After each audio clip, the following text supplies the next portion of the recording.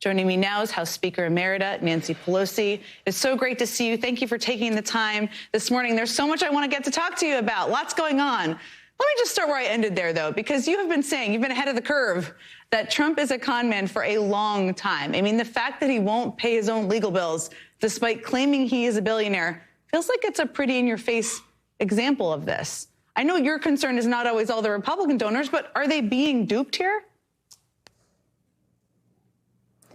Well, I think that it's very clear that Trump is a grifter. That's just the way it is. And integrity, which is something that we all want to always deepen in politics and in government, has just flown the coop with him.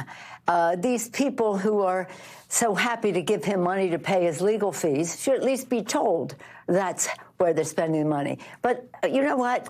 It's Sunday morning. Let's talk about what means something in people's lives. If you want to make a contrast between Trump and Biden, President Biden has 1.5 million donors under $200. So much of his campaign is fueled at the grassroots level who believe in him because he has made their lives better. And one of the things that we're doing this weekend, we started Thursday, actually, which was Gavel Day, the day that we gavelled down the Affordable Care Act.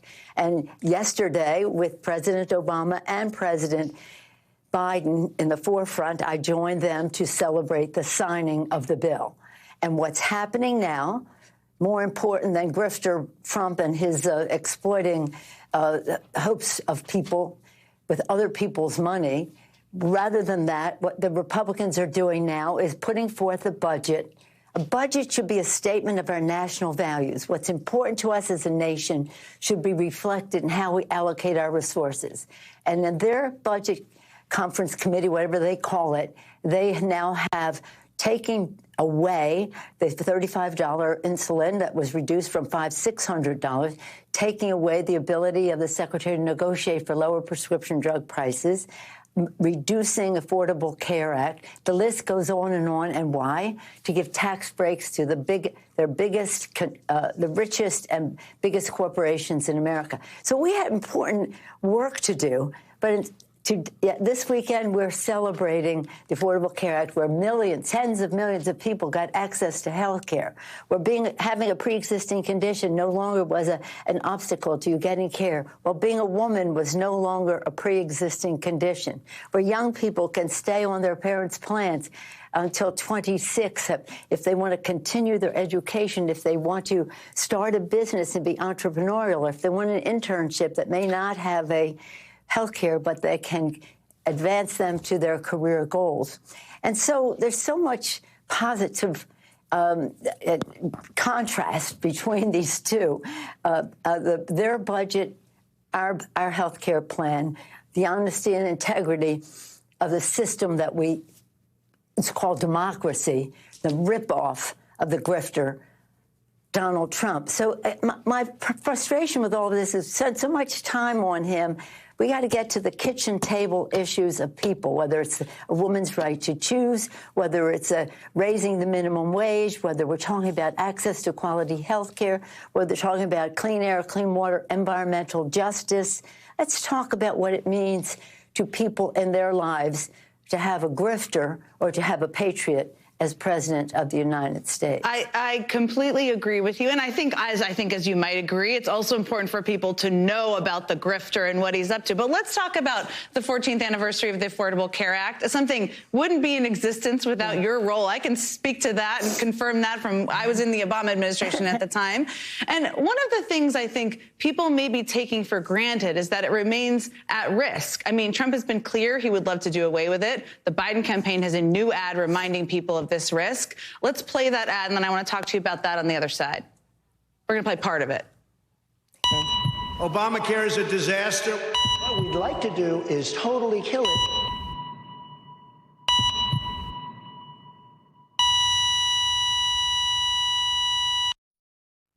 I mean, as the ad just said, and this is fact, and you repeated it, if Trump succeeds, 45 million people could lose their health care. But the other thing is that 6 in 10 people have a favorable view of the Affordable Care Act. I mean, isn't overturning it, it's bad policy, obviously, but isn't it pretty bad politics? Well, let me just say, for a person who rarely has any affinity for the truth, this is one of the times when Donald Trump is telling the truth. He wants to terminate the Affordable Care Act. In fact, in his crude mouth, he said Obamacare sucks. No, it doesn't suck. It cures. It cures. But he's making it very clear. Just to remind, when we won the election in 2018 and took back the House and saved our country from him, people said to me, aren't you lucky that that health care became such an important part of the campaign? I said, no, we weren't lucky. We made our own luck. We had 10,000 events at which people told their stories. Thousands more people told their stories. And that's how we won back the House in 2010.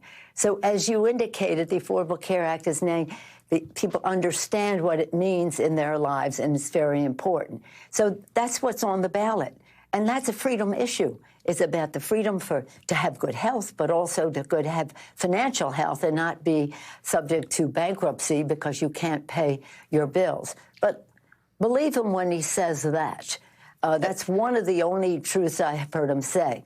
So absolutely. Believe him when he says that. Your health care is on the table. Oh, and believe him when he says he's proud of taking out a woman's right to choose a Roe v. Wade, how proud he is of that. Your health care, your personal decision-making is all about it. Yes, he's telling us exactly what he's going to do. Before I let you go back to your day, I did want to ask, going on among House Republicans right now, speaking of the House, he'd need them to get rid of the Affordable Care Act. Marjorie Taylor Greene filed a motion to vacate the speakership, as you know, in response to Congress keeping the government open with a funding bill she didn't like. But there's also been 2 more House Republicans who announced they're leaving early in recent weeks. It all feels very chaotic and crazy. What do you, is it possible that, because after Mike Gallagher leaves, there's going to be a margin of 1. Is it possible, could you see a scenario where Democrats take the majority even before Election Day because it's so dysfunctional?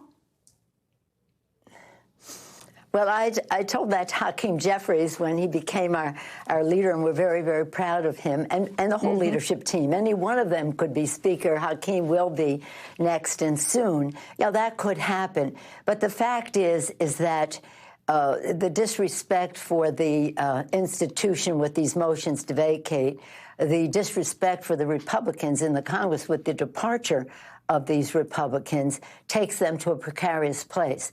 But I remind that I, at the end, only had to vote a margin of 2 because of one thing and another. And when we had the majority, and we still got our work done. We passed a historic agenda under the leadership of President Biden, and working with the House and the Senate in a very, shall we say, respectful, collaborative way. So it isn't just because you have a small margin doesn't mean you can't get the job done, but you have to have unity to do it. And I say to the members, our diversity is our strength. Our unity is our power, and that's how we got our work done. But just if I may get back to the Affordable Care Act for a moment, under the leadership of the inspirational, visionary leadership of President Obama, we were able to get this done. For 100 years, presidents have tried to do that. And then, and again, the courage of the House Democrats and the strength of Harry Reid in the Senate, and then under Joe Biden to improve it, to have many more people insured at lower cost.